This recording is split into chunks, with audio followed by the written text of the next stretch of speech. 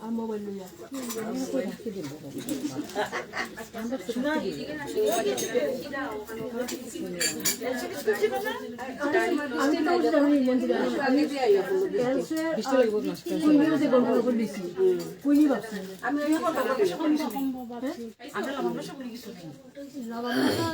বুঝছি না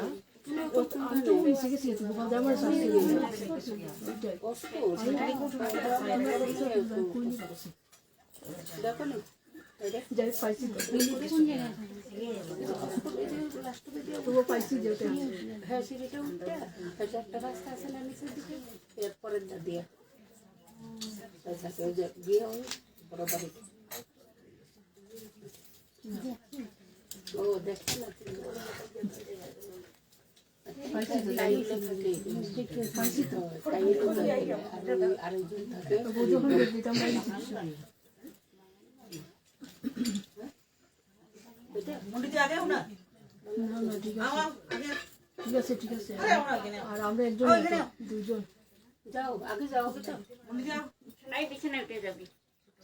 যাও যাও যাও যাও যাও যাও কিছু যাও দেখতে পারবে যাও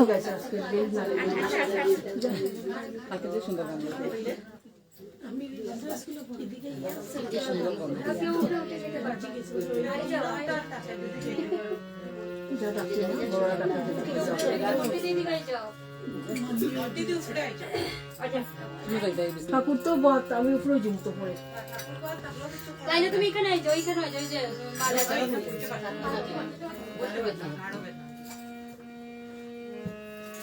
নমস্কার বসি ওইবো ওইখানে পারবাই না বলতে এসে দিতে না না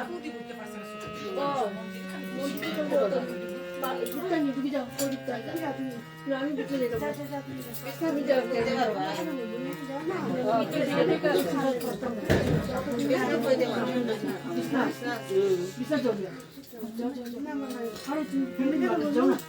তুমি এরকম করবি না, আমারও ঠুসা পড়ে শরীর। যাও যাও, আচ্ছা ঠিক আছে ওকে।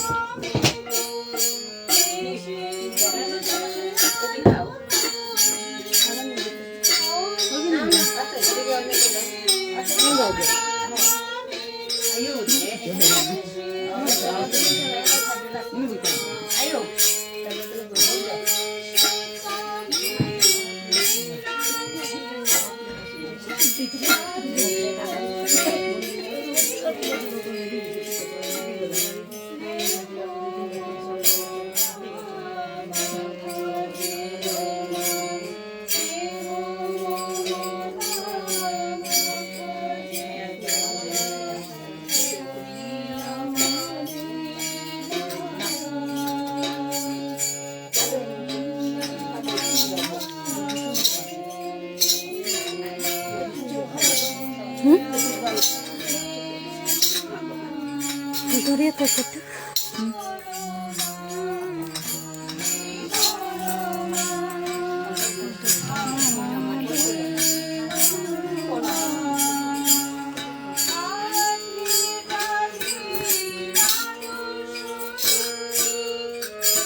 মারাও তুলি, তোর মারাও তুলছি।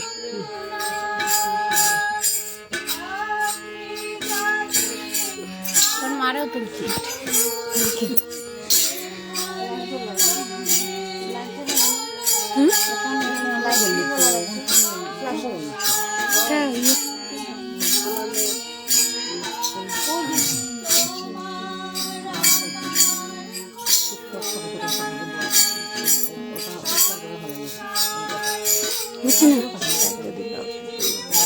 কেটে দিতাম ভিডিও হবে তো না হইতো।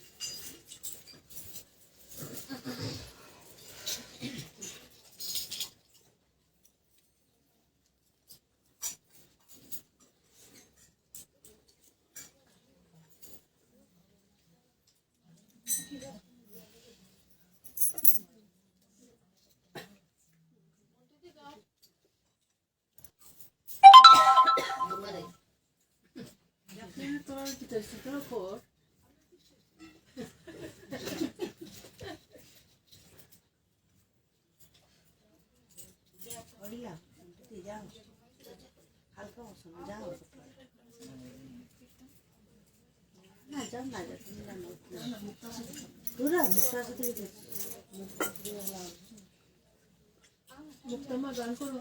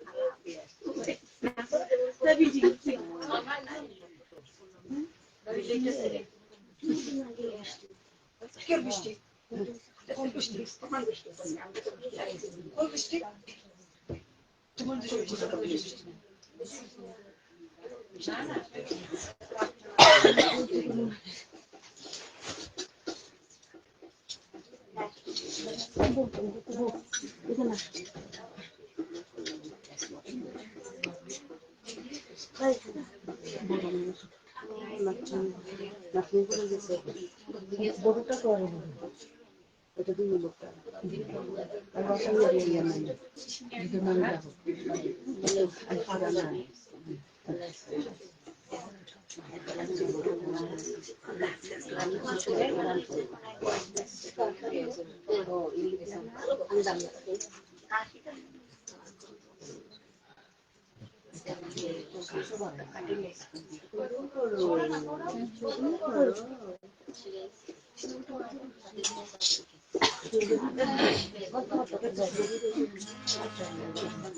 ঘন্টা আছে সময় 1 ঘন্টা না 1 ঘন্টা না 1 ঘন্টা আধা ঘন্টা খুব বন্ধ নেই এখন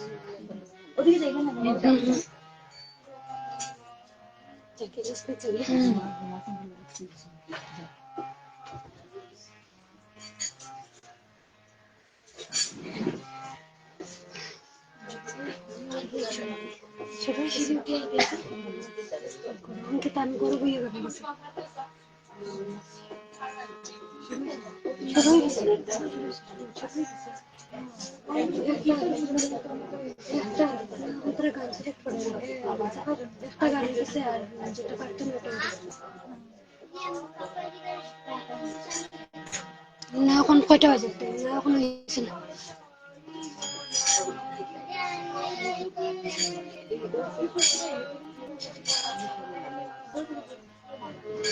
কোথায় যেতে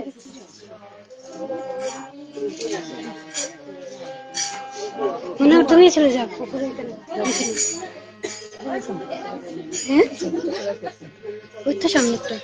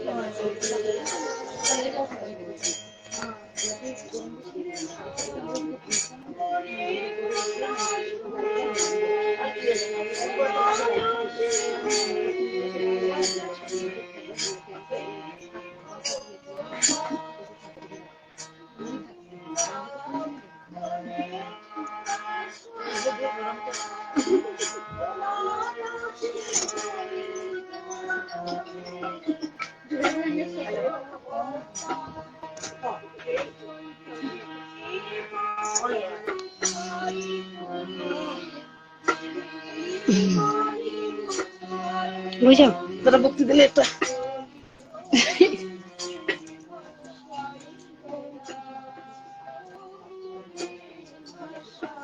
দিয়ে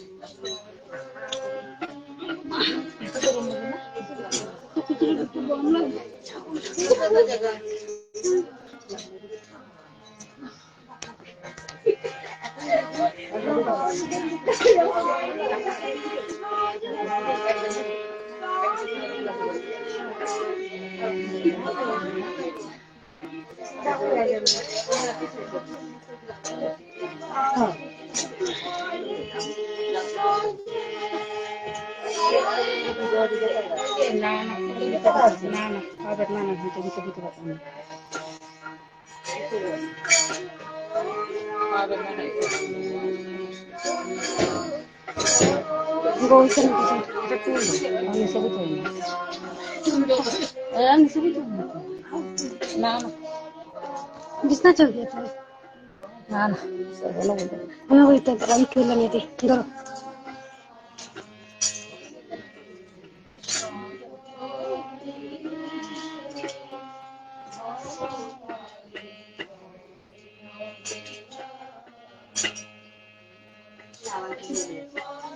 ना ना सब देते हैं आपको सब चाहिए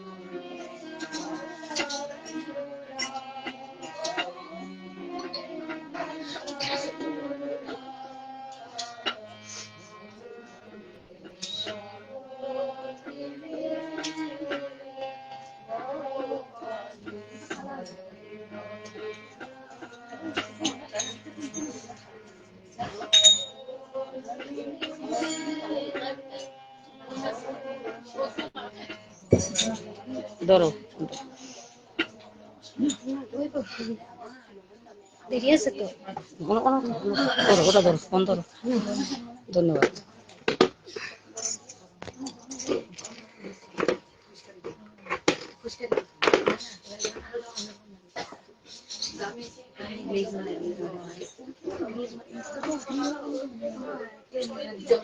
तो सोलर नहीं बेटा रुचिन देखा लाइट लगा था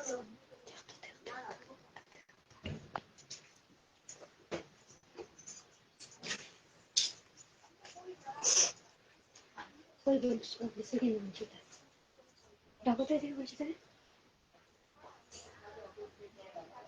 तो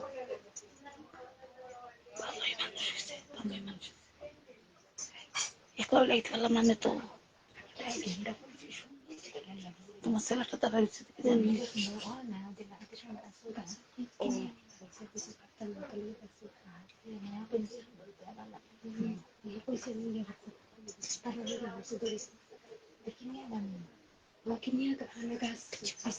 তিনজন আছে যে বড় বড় হয়েছে আমরা বিক্রি করে রাখা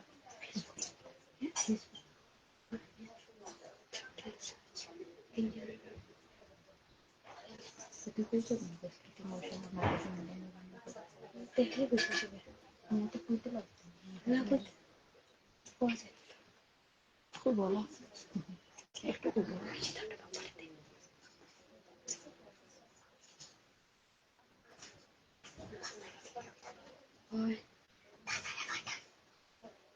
তাড়াতাড়ি না পাপারে যা bring them on camera कैसे bring them on camera add করতে দেখতে হয়নি দেখা যাবে ওখানে পিছু দিয়ে পরে রাখতে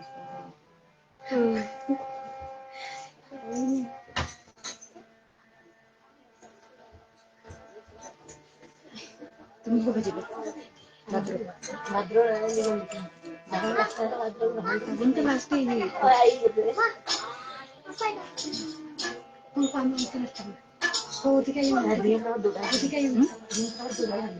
যেহেতু তাড়াতাড়ি না কিন্তু আমি যতটুকু জানি যে বাথরুম আছে শ্বশুর বাড়ি থেকে মার বাড়ি যাইতে পারি আমি তো মার বাড়ি থেকে আবার আমার শাশুড়ি আবার কিন্তু যে বাথরুম আছে বলে যাইতে পারতো না সাবন জানি না কোন দিকের থেকে আনতাম আমার কিছু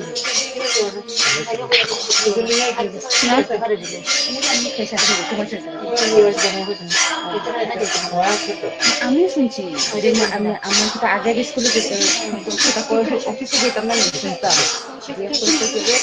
মার বাড়ি থেকে মানে যাইতে পারি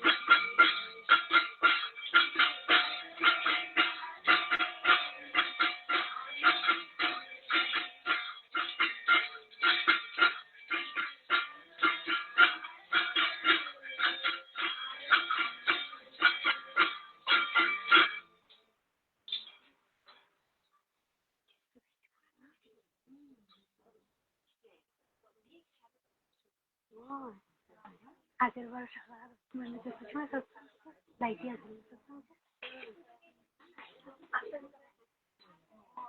সারাদিন ভালো আসলো এই পুচকি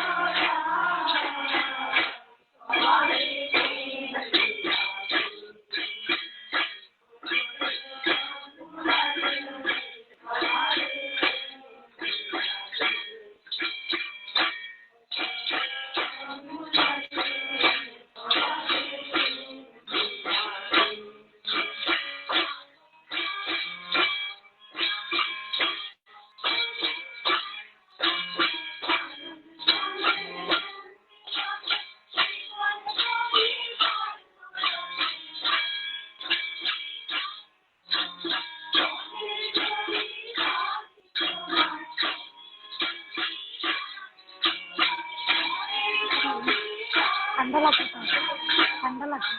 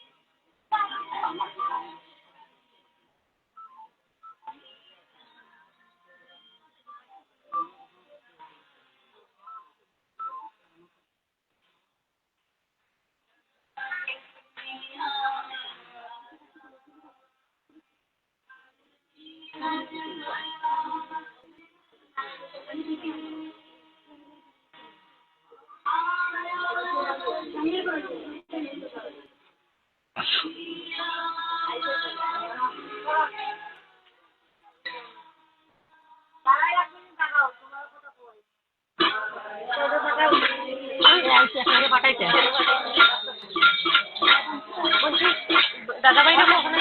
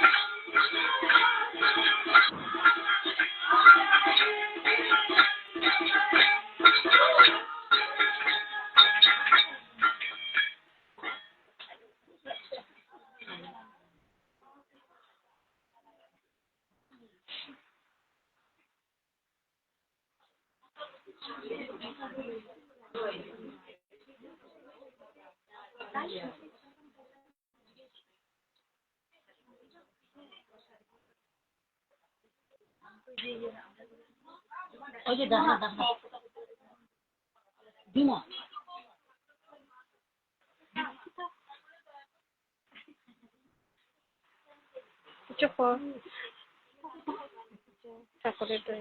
ঠাকুরের ব্যাপারে একটু ফল যে মানে যেটা তুই ফস না নিয়ে এরকম এরকম এরকম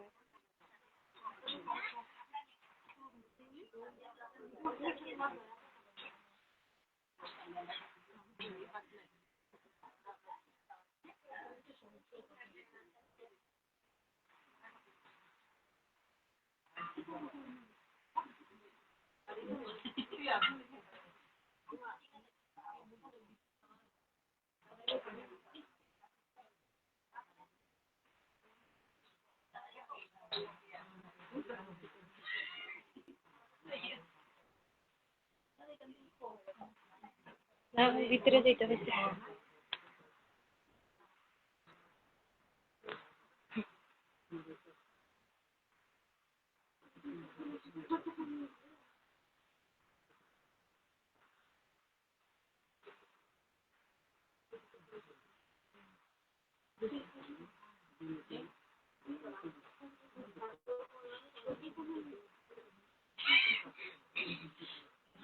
নার্ভাস হয়ে যাবে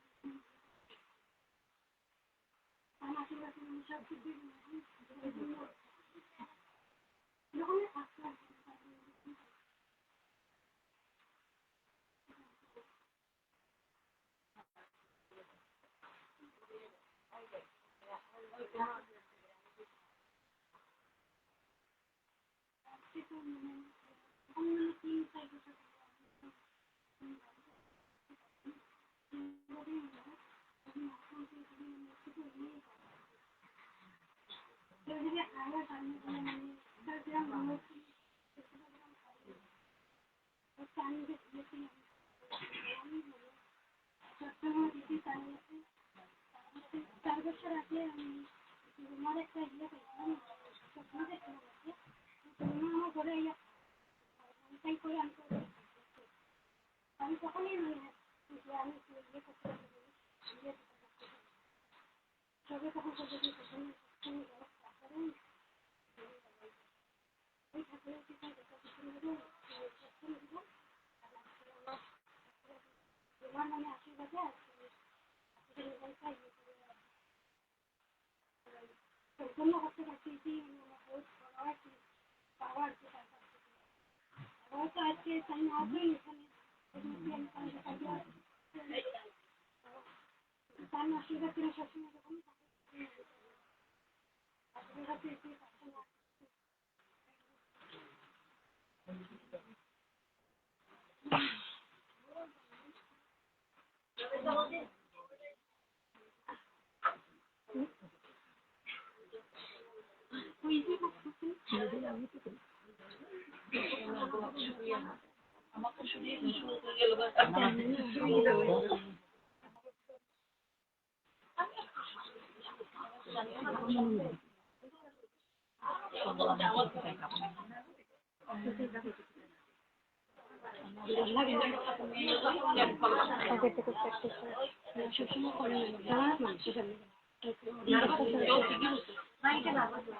না ওইটাই মানে আমরা আগে জানা থাকলে লিখতে রাখি দিলে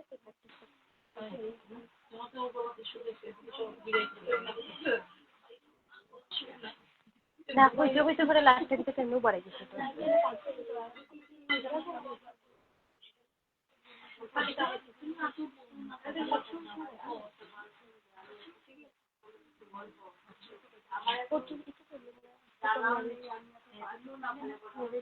ভালো লাগে যখন বলা হয়েছে বাধ্যতা মূলক আমাদের বলতেই হবে আমরা ঠাকুরকে কেন ধরেছি আমরা দীক্ষাটা নিয়েছি আমাদের প্রয়োজনতা কি এইগুলো আমাদের জানা প্রয়োজন আমরা ঠাকুরকে যখন নিয়েছি তাহলে আমি ঠাকুরকে কেন ধরেছি আর ওনার মধ্যে কি আছে আমাদের এগুলো জানার বিশেষ সবচেয়ে বেশি প্রয়োজন এগুলো আর আমরা যদি ঠাকুরকে জানতেই না পারি বুঝতেই না পারি তাহলে ঠাকুর ধরে কোনো লাভ হবে না তাই ঠাকুর যা বলেছেন সব কিছু আমাদের কাটা কাটা পালন করে যেতে হবে যেমন ঠাকুর বলেছেন যজন যাজন ইষ্টবিধি সস্তানি সদা যা যজন তখনই হবে যখন আমি ঠাকুরকে ভালো করে জানতে পারবো বুঝতে পারবো যজন তারপরে যজন না যজনশীল যদি আমি হই না আমি যদি কিছু জানি না তাহলে আমি কাকার ঠাকুর সম্বন্ধে বলবো কি ঠাকুরকে আমার জানতে হবে ঠাকুর কেন আসছেন ঠাকুর কিসের জন্য আসছেন আমাদের রক্ষা করার জন্য আসছেন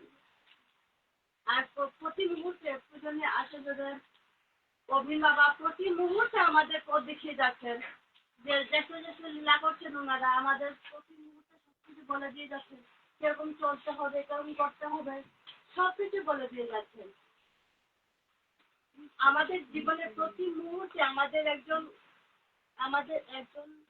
গাইডনেসের প্রয়োজন আছে যে আমরা যখনই মানে আমরা আগের ছোটবেলাতেও আমাদের মা বাবা সবাই বলেছেন যখন একটা ঘরে ফ্যামিলি 5 জন মানুষ থাকি তখন ভাববো না ঠাকুর আমার আরেকজন মেন গার্জেন ঠাকুর তারপরে গিয়ে আমরা ঠাকুরের আশ্রিত তার মানে ঠাকুর আমাদের গার্জেন পরমপিতা উনি আমাদেরকে গাইড করে নিয়ে যাবেন তাই আমরা 6 জন ভাববো ঘরের মধ্যে 5 জন আছি আর ওনাকে নিয়ে আমরা 6 জন তাই প্রতি মুহূর্তে আমাদের কোনো আপদ বিপদ কোনো কিছু হতেই পারে না কেননা আমাদের পরমপিতা আছেন দুহাত তুলে যখন দ্রৌপদী দুহাত তুলে যখন কৃষ্ণকে ডেকেছিলেন তখন গিয়ে ওনাকে বস্ত্র দেওয়া হয়েছিল নাহলে কিন্তু মধুসূদন ওনাকে রক্ষা করতে পারছিলেন না কারণ আমরা এক হাত কাপড়ে উনি রেখে আর এক হাতে মধুসূদন রক্ষা করে তখন করতে পারেন নাই কেন পারেন নাই দুহাত তুলে করতে হবে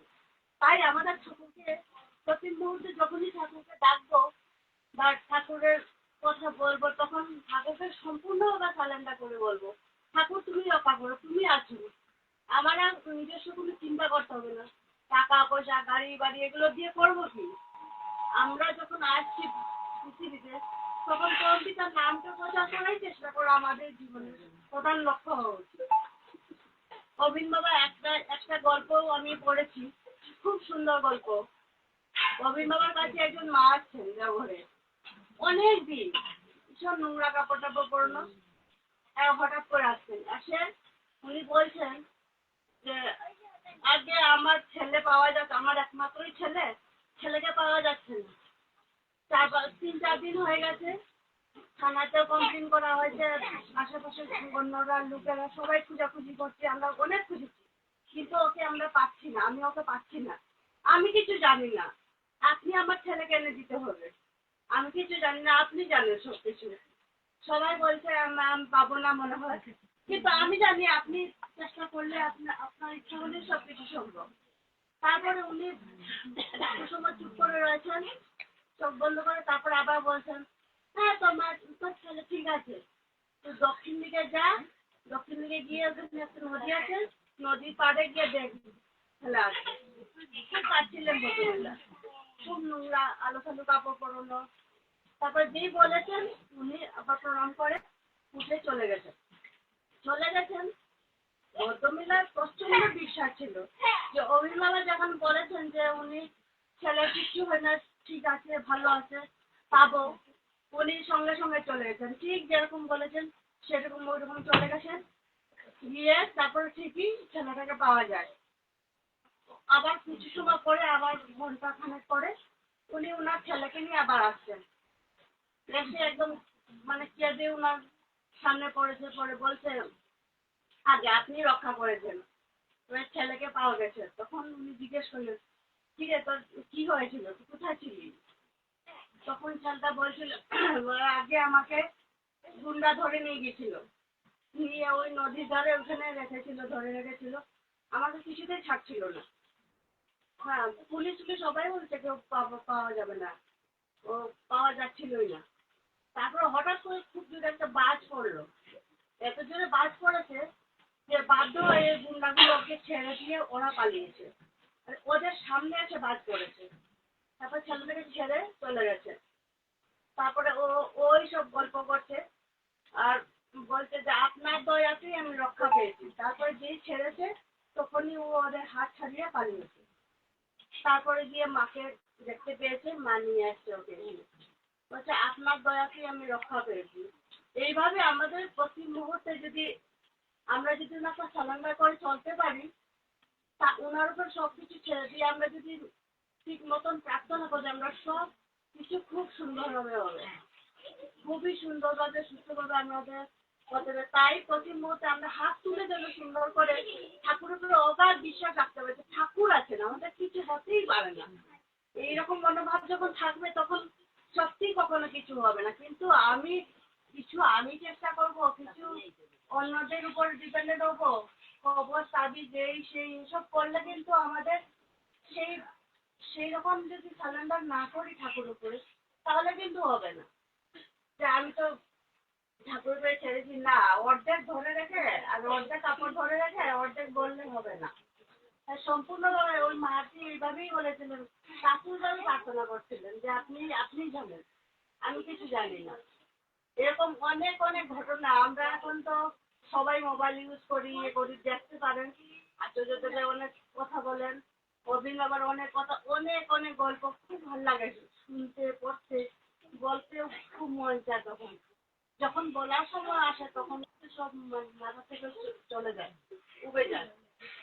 আচার্যদেব প্রতি মুহূর্তে বলেন আমাদের চলা বলা করা এমন হওয়া প্রয়োজন যাতে সবাই দেখলেই বুঝতে পারে, কাপড় পরে আর জয়গুরু বলে যেন আমরা গুরু ভাই হিসাবে পরিচিত না হই। আমাদের চলা বলা করাটা এমন হওয়া প্রয়োজন যে সবাই দেখলেই বুঝতে পারে না ওরা সৎসঙ্গী। আমাদের এরকম হওয়া প্রয়োজন। আচার্য প্রতি মুহূর্তে আমাদেরকে আরো থেকে আরো ভালো হওয়ার চেষ্টা করছে। উনি প্রতি মুহূর্তে আমাদেরকে এই শিক্ষাই দিয়ে যাচ্ছেন যে আমরা যেন আরো থেকে আরো ভালো হতে পারি, আরো শূন্য করে চলতে পারি। আচার্যদেবের অনেক অনেক ঘটনা ওনার সামনে বসলে উনি এত সহজভাবে এত সুন্দরভাবে সবকিছু বলে দেন আমাদেরকে যে যেন আমরা সুন্দর করে সবাইকে নিয়ে মানে সবার সহযোগিতা করে সুন্দরভাবে চলতে পারি।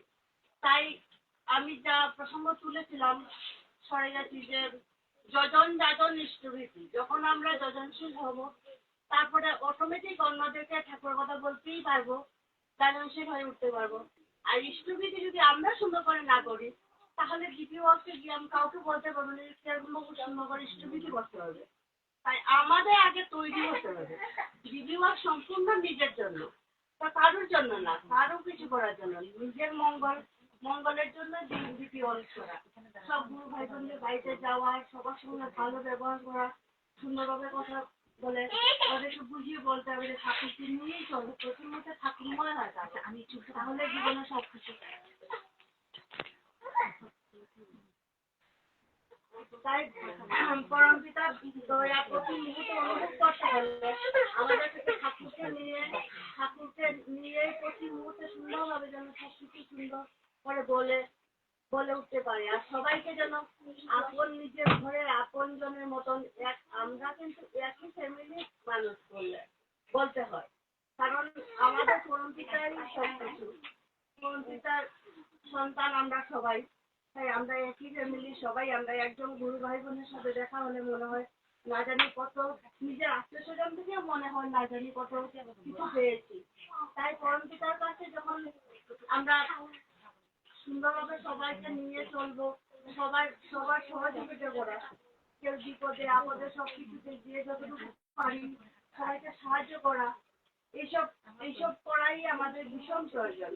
আচার্যটা প্রতি মুহূর্তে বলে যে তুমি যখন অন্য জন্য করবে তখন নিজের মঙ্গলের মিটিয়ে আসবে, তোমার মঙ্গলের চিন্তাও তোমার করতে হবে না।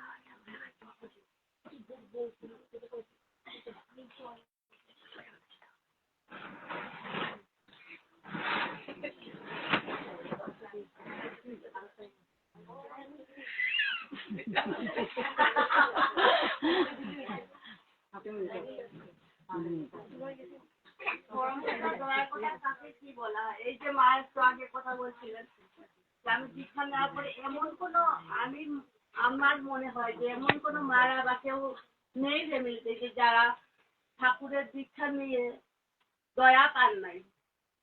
দয়াটা তখনই পাবেন যখন পড়া হবে, পড়াটা যখন আমার সুন্দর হবে তারপর দয়া অটোমেটিক চলে আসবে।